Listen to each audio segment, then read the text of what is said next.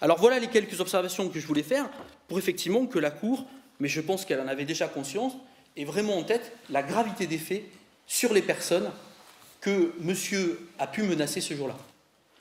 Je vous remercie. Merci, maître. Pour la société, monsieur... La supérette, en tant que personne morale, est également partie civile dans cette affaire. Elle est représentée à l'audience par son gérant. Le plus dommageable pour ma société, indépendamment de la somme, c'est le fait de perdre mon apprenti. C'est-à-dire que c'est un apprenti que j'ai eu en stage qui était en perdition à l'école. Il a trouvé une vraie vocation dans ce métier-là. On l'a amené à passer un CAP. Ensuite, il a explosé à l'école alors qu'il était vraiment pas bon, il avait de très bonnes notes et il a trouvé vraiment une vraie vocation, il est passé au bac pro et là il va me quitter en août parce que je pense que depuis le braquage, et je le constate, c'est des arrêts maladie, des vacances et on sent qu'il n'est plus à l'aise, plus investi, démotivé alors que c'était quelqu'un qui était un extraterrestre dans le métier, tellement il avait une force de travail, une conviction et une envie.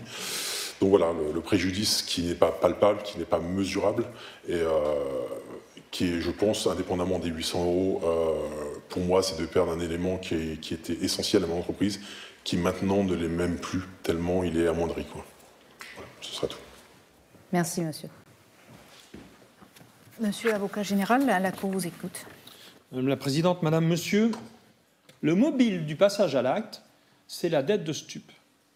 Donc on se sert d'un mobile illégal pour commettre quelque chose d'encore plus illégal et d'encore plus grave. Moi, je me demande ce qu'il a dans la tête et dans quel monde on vit. Monsieur vient ici comparaître devant vous parce qu'il considère que la peine qui a été prononcée par le tribunal correctionnel est trop importante, trop élevée.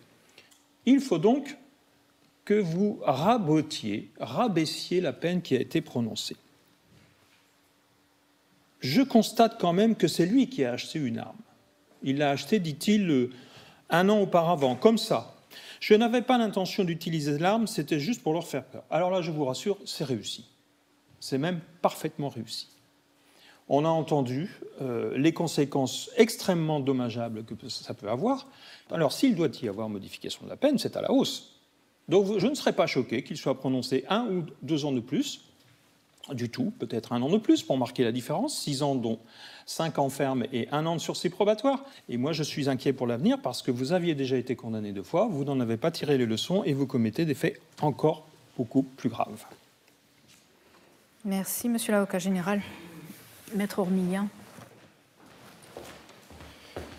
Oui, Madame la Présidente, Madame, Monsieur de la Cour, il a le droit de penser qu'il a été sanctionné trop sévèrement.